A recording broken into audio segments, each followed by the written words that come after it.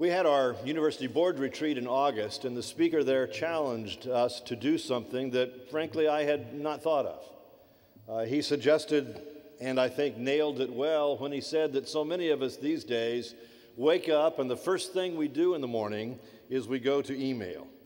And he suggested that from a spiritual perspective, perhaps we might want to pause at least for a moment.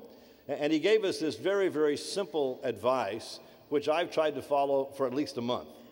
And I haven't done it completely faithfully, but I want to share it with you because I think it might be a theme for our time together this morning. He said, before you hit the email button, whether it's on an iPad or an iPhone or a computer or whatever it might be, he said, go to the psalm that corresponds with the date and just read that as you begin your day. Well, I'm not a theologian, as you know. I'm a lawyer, and so I don't know that I understand all the depth of what I'm reading every single morning, but I've tried to do that for the last 3 or 4 weeks. And in what will be tomorrow's psalm, there is a phrase that has just lingered with me. I read it on the 16th of August, and you can read it on the 16th of September, but the psalmist says this: Lord, you have assigned me my portion and my cup. You have made my lot secure.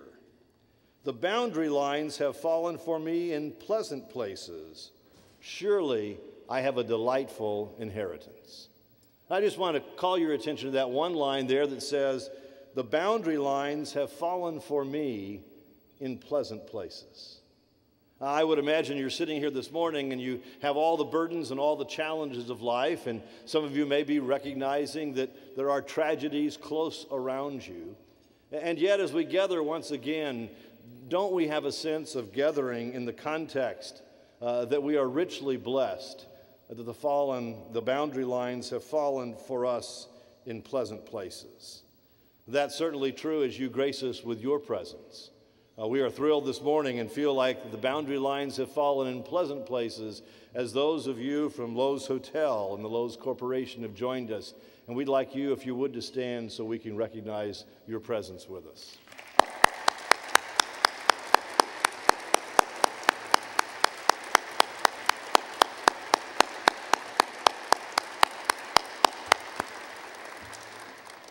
You'll come back next month. We'll double the size of this breakfast.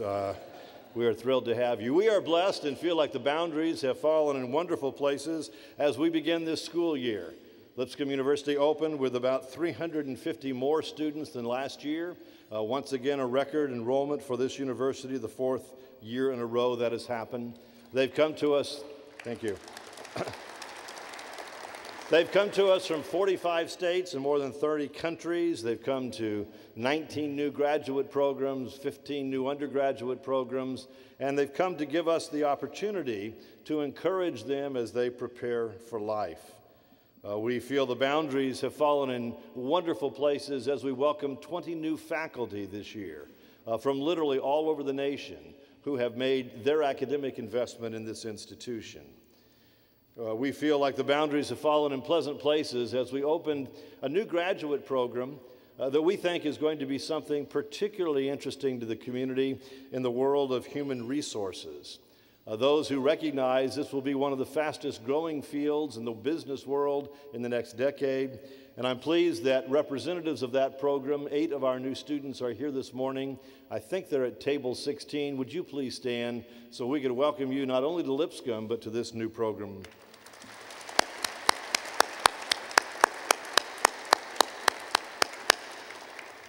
Literally, our boundaries have fallen north, and as you drive away from the campus on Belmont today, you now will see, because some houses are down and the trees are removed, the new Hughes Academic Center, what is the focal point of what will be a $30 million complex for engineering and sciences.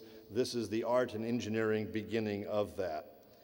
More important, though, is the sense that our boundaries allow us to carry out a mission that's important, we think, as young people come to us and we prepare them for lives of service. I was in California this weekend. I got back about midnight on Sunday night, and as we flew into Nashville, while I enjoy California and where that's the roots and why I love eating at Loopy's, which I got to do, and the 72-degree weather looking out over the beach there, frankly, it was wonderful to be back in Nashville. And I had that same thought once again as I'm landing with my 3-year-old grandson, who's still awake at midnight. The boundaries have certainly fallen in pleasant places. His father is waiting inside the terminal, and we enjoy the city and enjoy family here. Obviously, we are blessed as a city with great leadership, and it's my pleasure to introduce to you once again the mayor of our city. He's an example of how things have fallen in pleasant places as he shares with us his passion for public safety, his passion for education, his passion for the environment, and his passion for economic development. We are blessed. Mayor Dean, would you come share with us about economic development? Good morning. It is a pleasure to be here today. This is a particularly great day because today, a little bit later, we're going to cut a ribbon where Lowews will open an office downtown, which I think is a wonderful thing, and I want to say publicly thank you to Jonathan for making this all possible.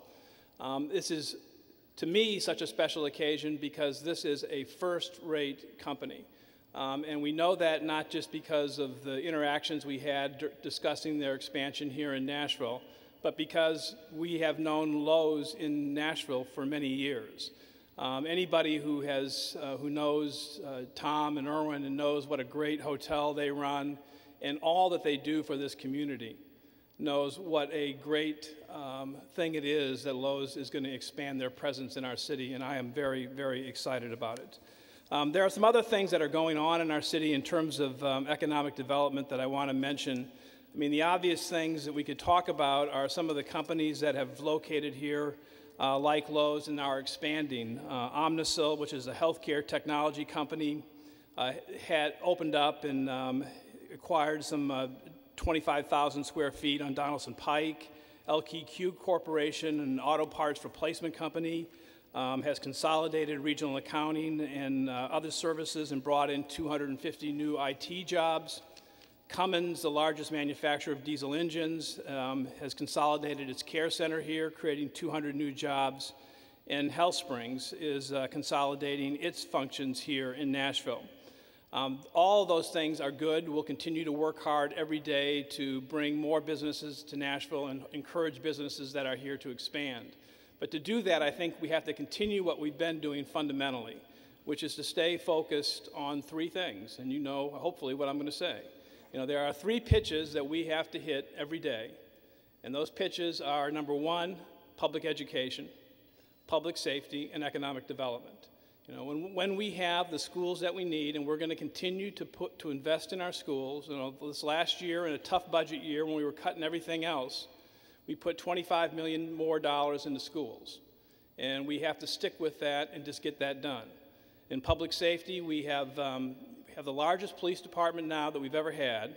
You know, we had a fully staffed police department last year for the first time in 5 years. We've added 50 officers with the COPS grant, and we're adding 2 new precincts.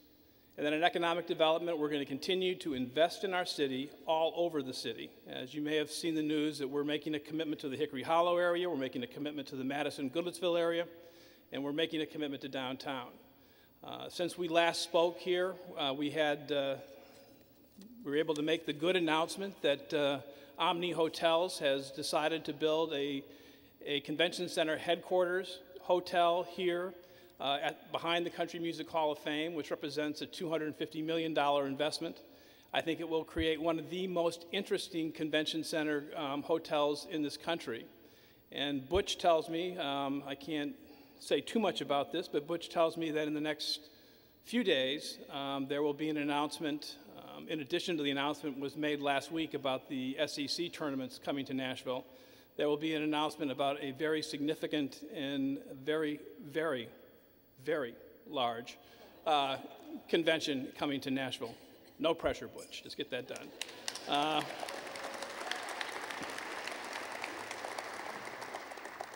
We are continuing to work on the medical mart, the International Medical Mart. I think that is continues to show great promise, and I think will be a home run for our city. All in all, if you think of what we've been through in terms of the recession, the flood, Gaylord is reopening the hotel in mid-November. The Grand Ole Opry comes back in September. Things are on the upswing. We are blessed to live in this city. As I say all the time, our best days are still ahead of us. We just have to seize them. Thank you.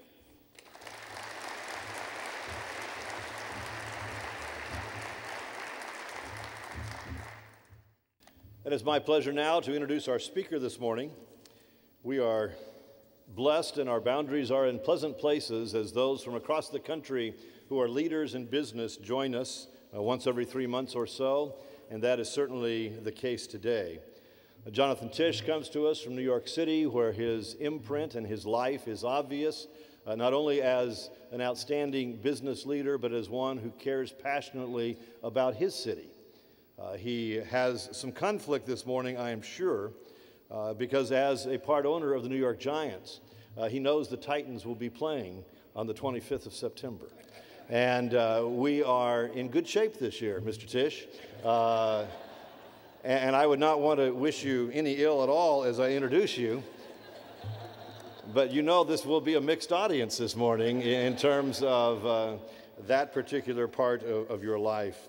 You can read about him. You know to go quickly to Google and understand all of the tentacles of the Loews Corporation, not only in hotels, but financial services and in energy and a number of other fields.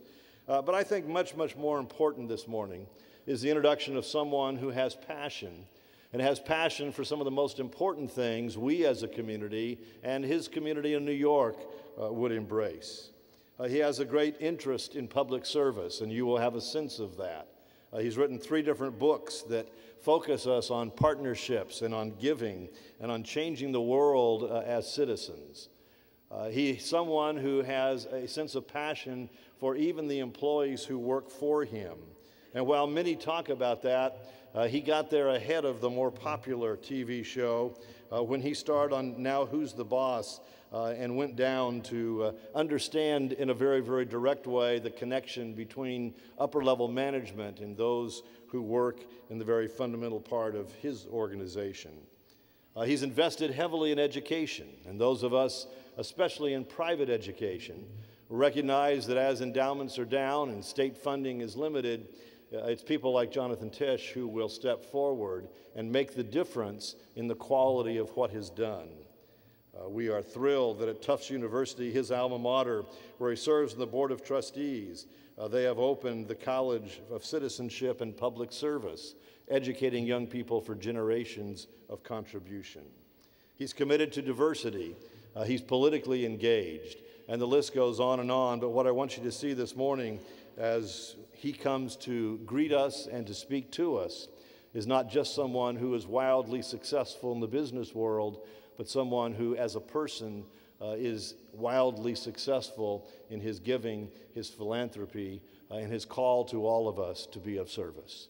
Would you please welcome today to Lipscomb University and the Business Breakfast, Jonathan Tisch.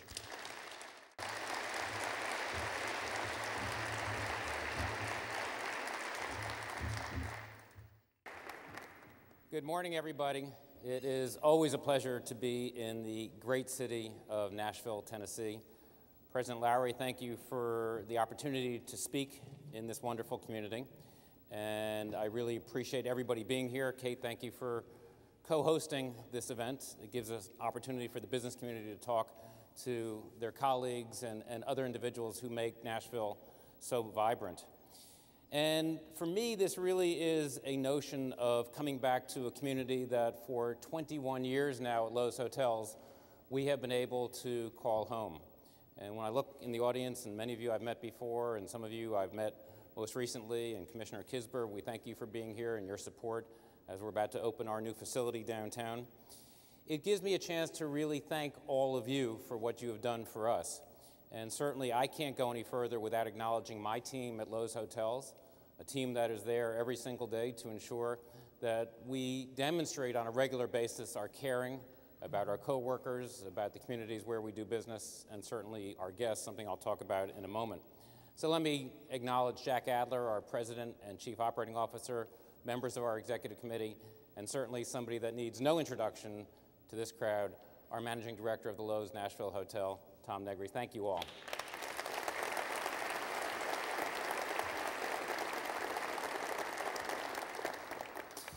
It's interesting that President Lowery read the psalm talking about boundaries falling away, because that's something that we believe in a lot at Loews Hotels and something that I think about on a regular basis, and especially in my faith, thinking about it now during the high holidays. It's about this notion of putting aside your individual concerns and working together towards a greater good. It's about this sense that you can't be all things to all people, that we have the responsibility to support others. And the president was kind to talk about my 3 books. The first one, The Power of We, Succeeding Through Partnerships, was really related to this whole notion of understanding the various constituencies that one needs personally and also in terms of your business, whether it's for-profit or not-for-profit, to be successful. And it's okay. There is nothing wrong with wanting to go out there and be successful. The men and women in this room have proven that on a daily basis, and you're here to support the greater Nashville community, the great state of Tennessee. You're here to ensure that your families are taken care of, that you can get a good education, especially at a university like Lipscomb or the other great schools in Nashville or Belmont or Vanderbilt. And there's nothing wrong with that. But inherent in your journey, inherent in your search for success, is the responsibility to help other people. And we at Loews Hotels have tried to demonstrate that on a regular basis. For us, it's a notion that we believe in. It's understanding these 5 or 6 different constituencies and really trying to demonstrate on a regular basis our concern and caring. First and foremost, obviously, it's our customers. In our case, it's our guests. Down the road, we have a property that we've been very proud of for 21 years. But there are other great hotels in Nashville, Tennessee. Obviously, we are excited for you that the Omni is coming to town, connected to an enhanced convention center. It's great for Nashville. It'll be great for us. Even though they're competitors, and we'll be there every day trying to fight for a piece of business, it's good for us. It's great that Opryland and my friend Colin Reed, who has done such a terrific job as the CEO, especially during these very difficult times post the floods, it's great that they're going to reopen and reignite the vibrancy of Nashville. So our guests are our stock in trade. And very briefly, what's changed in our business also points to what hasn't changed. And you probably see this in your business also. What has changed is the nature of the business of hotels. It's gotten very competitive. There are terrific operators out there. They're really well-run lodging companies. There's all this attention now from private equity groups, from the REITs. And as we look to expand Loews Hotels, we know that there are other companies with capital sitting on the sideline looking to do the same thing. So the business of hotels has changed a lot in the last 20 to 25 years. What hasn't changed since the first time somebody checked into a hotel a couple thousand years ago, it probably wasn't even called a hotel then, what hasn't changed is the hotel business itself. And that's that notion of making people feel comfortable, making people feel welcome, understanding that they are leaving the safety and the security of their own home. They're entrusting in you the fact that they are coming either on a business trip, they're coming with their family, they're coming on a personal trip, and it's up to you, the hotelier, to ensure that their visit is successful. Now, how do we get there is a very important piece of this equation because it involves the next group that you need to have this partnership with, and that's your coworkers. And I have been in the hotel business now for some 30 years in this iteration. Some of you may know that I grew up in the hotel business. The hotel business is the founding subsidiary of what is today Loews Corporation. My father and uncle started this some 65 years ago, 2 kids from Brooklyn, New York, who didn't have a whole lot, who took some chances.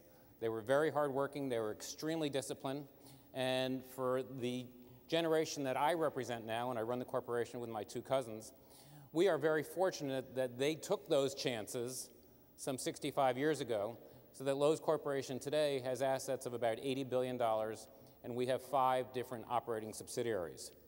And we are trying not really hard to screw up what they created. The notion of understanding your coworkers is vital to the success of my business, and I would imagine pretty important to the success of your business, once again, if you're in a for-profit or a not-for-profit industry. And as the president mentioned, I had a chance to sort of revisit this theme about 6 years ago when I did a show called Now Who's Boss? The current iteration of that is Undercover Boss, a little bit different because I went in and my coworkers obviously knew who I was, but I was trained in various positions to be a housekeeper and to be a member of the bell staff and work at the front desk and be an engineer. And I should say that I was retrained because I've done all these jobs at some point in my career. And it was an incredibly valuable experience because what it taught me, and a lesson that I have kept with me and tried to articulate with our senior management, and then that there's buy-in every step of the way, and as those of you that are in management positions, you know how important it is for the organization to understand the mission. But what it reminded me of is the notion that I can sit in my office on 61st Street and Madison Avenue in New York, and I can make all the decisions with Jack and our other executive committee members about the future of our company, but those decisions are meaningless unless we understand the vital and everyday contributions that the men and the women who work in these jobs that are so important to the success of somebody's stay.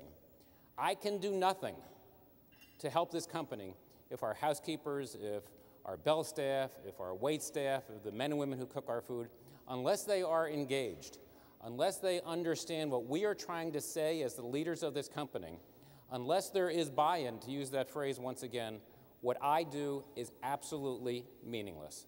And that's a notion that we take very seriously at Loews Hotels.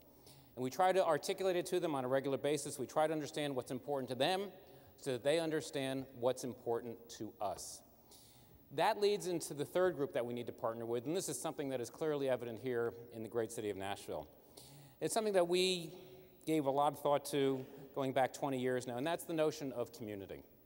That's the notion of really understanding what you have to do to ensure the success of your business, not only because you are in a for-profit business, but because the community depends on you for employment, but they also depend on you for that extra giving that you need to do on a regular basis. A hotel is a little bit different than other pieces of real estate or other businesses. A hotel is open 365 days a year, 24 hours a day, 7 days a week. You can't pick it up and move it if it's not working. Your coworkers tend to live in the neighborhood where you operate your hotel. And so it's in the best interest of you and the community to understand your relationship with your neighbors. 20 years ago, we started the Loews Hotels Good Neighbor Policy. It was the first of its kind in the industry because it was so comprehensive, but I'm thrilled to say that there are so many other great companies in lodging that have similar programs today. When there's food left over from an event like this, we will give it to a food bank. When we renovate, we give our sheets and towels and armoires to homeless shelters. We make our meeting rooms available so the community can use them to talk about the issues that are important to particular community groups. In Nashville, what we saw during the floods back in April and May was an outpouring of support, not only because many of our coworkers at the Loews Vanderbilt Hotel were affected and they lost their homes, and they suffered like many of the people that you know, many of the men and women that might work for you, but also we saw an outpouring of support for the whole entire community. And I congratulate the American Red Cross here and the Nashville business community and other organizations that were so vitally important to reviving this community during a very difficult time. Once again, to quote the president, the boundaries went by the wayside. You all put aside your individual concerns and work together towards a greater good. We also understand how important it is to partner with our competitors. And I'm glad that Butch is here this morning because he is an example, a very good, strong example of how in our industry you can partner with your competitors. I am the former chairman of NYC & Company, which is New York City's convention, visitors, and tourism agency. Chaired it for 6 years. Butch has been running this organization, as all you know, and doing it very well for so many years. A Convention and Visitors Bureau truly points to how you can have hotel companies, you can have restaurant companies, you can have ground operators, you can have attractions, all under one roof. And clearly you're not there to discuss your business secrets, but what you are there to discuss are the issues that rise above your day-to-day business and how you can make a community stronger, how you can make it more vibrant. And what has been demonstrated time after time, and clearly with Omni's announcement, and the reopening of Opryland, what's demonstrated is how important travel and tourism is to this community. And I'm dying to see what convention Butch brings to town, and no pressure there at all. But that's what's important, and that's putting aside your individual concerns and working together towards the greater good. It's partnering with your competitors, a very important notion. And very briefly, we also look at how you can partner with government. And there, obviously, if you look at the results from yesterday's primaries around the country, government is not exactly popular today. All these Tea Party candidates are out there saying, who needs government? And many of them won. To show my political stripes, I think they may have gone a little bit too far, but that's another discussion. Maybe Kate will get into it in the Q&A.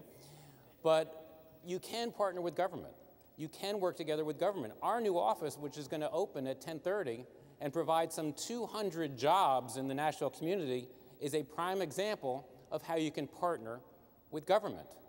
And one of the reasons that we decided to put this beachhead in a community where we already were is because you all have worked together to ensure that there's a workforce that is well educated, to ensure that there is public transportation so that our new workers at the Loews Business Services Center can get to the office, to ensure, as the mayor just said, that public safety is vital in the community of Nashville.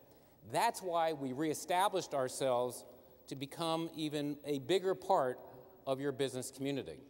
And on the federal government side, we're very pleased that this week, actually last week, was announced the Corporation for Travel Promotion. And this came out of the Travel Promotion Act, which the president signed a few months ago, something that we in the industry have been working on for many, many years. I serve as the Chairman Emeritus of the United States Travel Association, and we have been pushing and pushing and pushing our government to understand the importance of inbound international travel.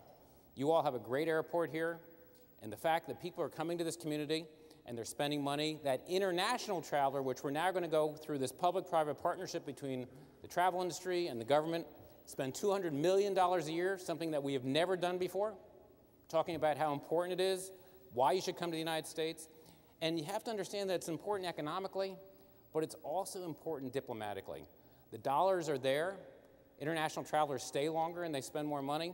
But also, every survey, every study shows that when these international travelers go back home, and they're going to Europe, and they're going back to Asia, and they're going down to Brazil, they leave with a much better understanding and appreciation of who we are as Americans and why we cherish our freedom so much. So now that we are partnering with government and the board of the corporation has been announced, we in the industry are very excited. And the final group that we talk about is the responsibility that we have to our business partners. Understanding the relationship that we're all in business, and actually, I talk about this all the time, that we are a public company and we believe in enhancing shareholder value. One of the Loews shareholders walked up to me today at this breakfast this morning about an hour ago, and I said, thank you, boss, for allowing me to be here, because they are the owners of Loews Corporation. And we all have to understand that we have a responsibility to somebody. We at Loews and the Tisch family may be the largest shareholders, but we're not the only shareholders. And we try to take that responsibility very seriously. And I think it's one that you all need to understand, is that attention to the bottom line, but having a keen, keen reflection of all the other reasons that we are in business and work in the world of for-profit companies or not-for-profit companies. Now, the president mentioned also my involvement with the New York Giants. 20 years ago, Bob Tisch, who I mentioned came from Brooklyn, New York, had an opportunity to buy 50% of his hometown football team. And for a man with his brother that accomplished tremendous things in his life and really was a proponent of so much of what we believe in today as the individuals running the company, but also what is appropriate for the community, for him to be able to make this investment was enormous. For the 18 years that he was alive, he was able to walk on the sideline. He was able to really be part of the NFL community, obviously very good friends with Bud Adams, and it just brought him so much pleasure. And we are now trying to run the team and work with our partners, the Mara family, in a way that's appropriate in the memory of Wellington Mara and my father, Bob Tisch. I had a chance yesterday to meet some 60 of the eventual 200 people that are going to be working in our new operation downtown. And while I was walking through their temporary offices, I noticed desk after desk, room after room, memorabilia from the Tennessee Titans. We're in Nashville. I get it. I understand. So we called them all together, and it was really their first big Loews event last night. And I said, I've now met 60 of you. Eventually, they're going to be 200 of you. And you probably don't want to hear this when you're meeting me for the first time, but you all have to make a decision. On a week from Sunday, the Tennessee Titans will travel to our new facility, the new Meadowlands Stadium, to play the Giants. And you can root for Tennessee. Obviously, that's your right. You're from Tennessee. Or you can get paid. But it's totally your call. Totally up to you. So it's going to be a great game. Bud Adams is a very dear friend. It is a wonderful franchise. And we look forward to a good, solid game where nobody gets hurt. It is a pleasure to be here. I look forward to some of the questions that will come up from the audience. And once again, thank you for all that you do to make us feel welcome here in Nashville, and to our elected officials that are here today. This city is very fortunate because you have enlightened leadership. You've got a mayor, you've got commissioners, you've got other elected officials that truly understand the role of the business community and how important we are in doing something as simple, it's not so simple, but as important as creating jobs. Thank you all very much.